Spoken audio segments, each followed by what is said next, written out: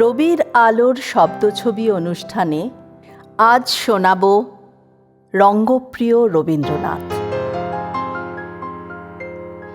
গুরুদেব রবীন্দ্রনাথ ঠাকুরের দৈনন্দিন জীবন থেকে কয়েকটি প্রচ্ছন্ন রসিকতার গল্প শোনাব এই পাঠে, যা তাঁর রসবোধের পরিচয় দেয়।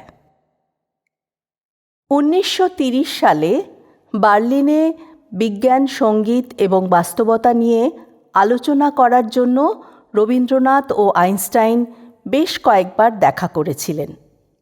তাদের আলোচনা ছিল গভীর, কিন্তু তার মাঝে রবীন্দ্রনাথের রসিকতাও ছিল বেশ। আইনস্টাইন বেহালা বাজিয়ে আপেক্ষিকতা তত্ত্ব ব্যাখ্যা করছিলেন। তিনি একটি সুর বাজিয়ে বললেন, আমি যদি পদার্থবিজ্ঞানী না হতাম তাহলে সম্ভবত একজন সঙ্গীতজ্ঞ হতাম।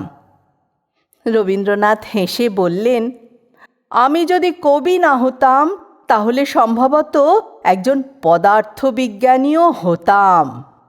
তাহলে আমরা বেকারত্ব বিনিময় করতে পারতাম। তাদের রসিকতার কাণ্ড দেখে একজন আলোকচিত্রী তাদেরকে বিজ্ঞানের খাতিরে গম্ভীর হয়ে ছবি তুলতে বললেন। আইনস্টাইন একটি ভঙ্গি করলেন, আর রবীন্দ্রনাথ ঝুঁকে এসে ফিসফিসিয়ে কাছে গিয়ে বললেন, আমাকে কি নিউটনের মতো দেখাবে নাকি আপেলের মতো?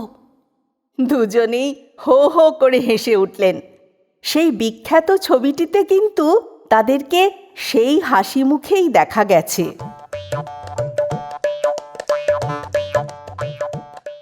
চার্লস ফ্রিয়ার অ্যান্ড্রিউজ একজন ব্রিটিশ মিশনারি শিক্ষাবিদ, রবীন্দ্রনাথের সবচেয়ে কাছের ইংরেজ বন্ধু, যাকে আমরা দীনবন্ধু নামে চিনি।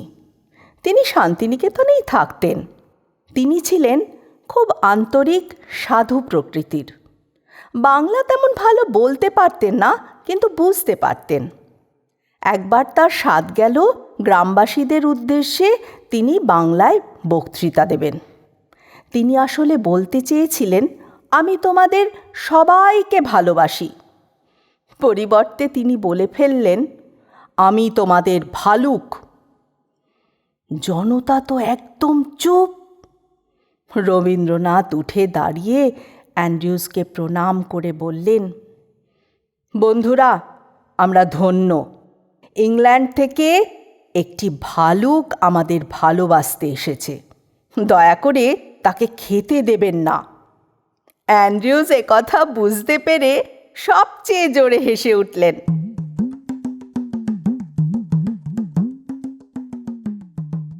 রবীন্দ্রনাথ ঠাকুরের জীবনে হাস্যরসের অভাব ছিল না। একবার রবীন্দ্রনাথ ঠাকুর একটি সঙ্গীতানুষ্ঠানে আমন্ত্রিত হয়ে এসেছিলেন। সেখানে বিখ্যাত ধ্রুপদ শিল্পী গোপেশ্বর বন্দ্যোপাধ্যায় পরিবেশন করছিলেন। কবি গান শুনে মুগ্ধ হলেন। গোপেশ্বরের গান শেষ হলে আয়োজকরা রবীন্দ্রনাথের কাছে এসে অনুরোধ করলেন, গুরুদেব, এবার আপনাকে গান গাইতে হবে। সেদিন কিন্তু রবীন্দ্রনাথ শুধু গান শুনতেই এসেছিলেন। গান গাওয়ার কোনো কথাই তার ছিল না। আয়োজকদের অনুরোধ শুনে তিনি হাসতে হাসতে বললেন, ও বুঝেছি বুঝেছি, গোপেশ্বরের পর এবার দাড়ীশ্বরের পালা।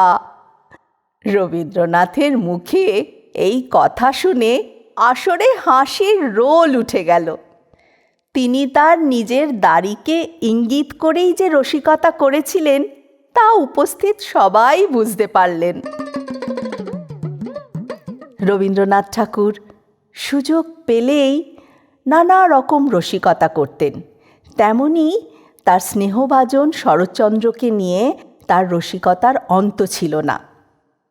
শরৎচন্দ্র সুযোগ পেলে জবাব দিতেন। লেখক শরৎচন্দ্র তখন ভীষণ জনপ্রিয়তা পেয়েছে। যেখানেই যান ভক্তদের উৎপাত। এর মধ্যে কিছু ভক্ত শরৎচন্দ্রের চটি চুরি করে নিয়ে যেতেন। কি না স্মৃতিচিহ্ন হিসেবে রাখবেন বলে। কি জ্বালাতন! চটি চুরি হয়ে গেছে, সভা থেকে শরৎচন্দ্র বেরিয়ে বাড়ি ফিরছেন খালি পায়ে। রাস্তায় তাকে খালি পায়ে দেখে কেউ কেউ অবাক হয়ে জিজ্ঞাসা করতেন, কি হলো শরৎবাবু? শরৎচন্দ্র চট্টোপাধ্যায় দুঃখী মুখে আস্তে করে জবাব দিলেন, বাবা চলে গেলেন। এইভাবে কখনো বাবা, কখনো কাকা, কখনো জ্যাঠা। আবার এর মধ্যে শরৎচন্দ্রকে প্রতি সপ্তাহে নতুন চটি কিনতে হতো। বাধ্য হয়ে শরৎচন্দ্র একটা উপায় বার করলেন। এবারে সেই উপায়টা এক ভদ্রলোক জানতে পেরে রবীন্দ্রনাথের কানে চুপি চুপি তুলে দিলেন। একবার একটি সভায় কবি উপস্থিত। শরৎচন্দ্র প্রবেশ করলেন, হাতে খবরের কাগজে মোড়া একটি বস্তু কোলের কাছে নিয়ে বসলেন। এবার কবি শরৎচন্দ্রকে দেখে বললেন, কি হে শরৎ, তোমার হাতে ওটা কি? খাবার দাবার নাকি?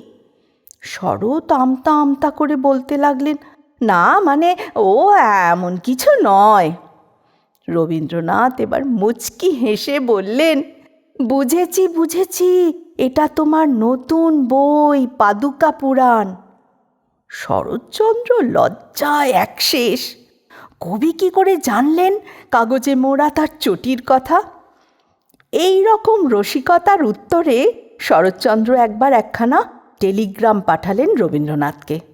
সেকালে সাধারণত কোনো গুরুতর সংবাদ হলে তবেই টেলিগ্রাম করা হতো। কাজে টেলিগ্রাম পেয়ে সকলেই কিঞ্চিৎ ভীত হতেন। তা সেই টেলিগ্রাম খুলে দেখা গেল শরৎবাবু তাতে লিখেছেন, গুরুদেব, আমি বেশ ভালোই আছি। অর্থাৎ কিনা মস্ত একটা ঠাট্টা। রবীন্দ্রনাথও কি আর যে সে পাত্র, তিনিও উত্তরে বিশাল এক পাথরখণ্ড পার্সেল করলেন আর চিরকুটে লিখে দিলেন, তব কুশল সংবাদ পাইয়া আমার হৃদয় হইতে এই পাষাণ ভার নামিয়া গিয়াছে। এই হলেন আমাদের গুরুদেব, রঙ্গপ্রিয় রবীন্দ্রনাথ।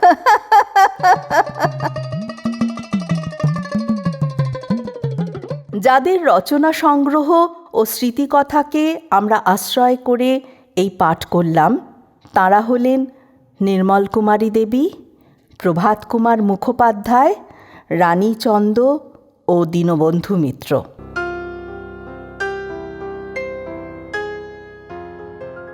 রবির আলোর শব্দ ছবি।